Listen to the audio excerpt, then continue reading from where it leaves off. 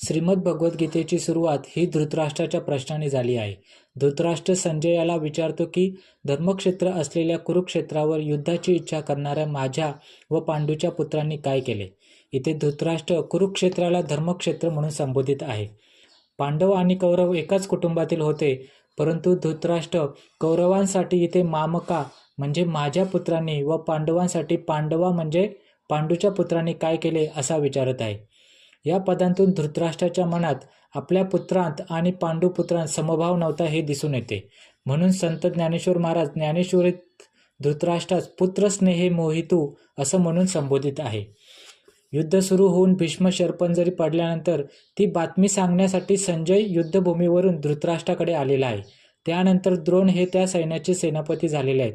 तेव्हा ही सगळी माहिती धृतराष्ट्राला आधी कळलेलीच आहे. तर अशा पार्श्वभूमीवर माझे व पांडूचे पुत्र काय करत आहेत या प्रश्नातून हेच सूचित होते की धृतराष्ट्राला सुरुवातीपासून लहान मोठ्या घटना क्रमवार विस्तारपूर्वक आणि योग्य प्रकारे जाणून घ्यायच्या होत्या.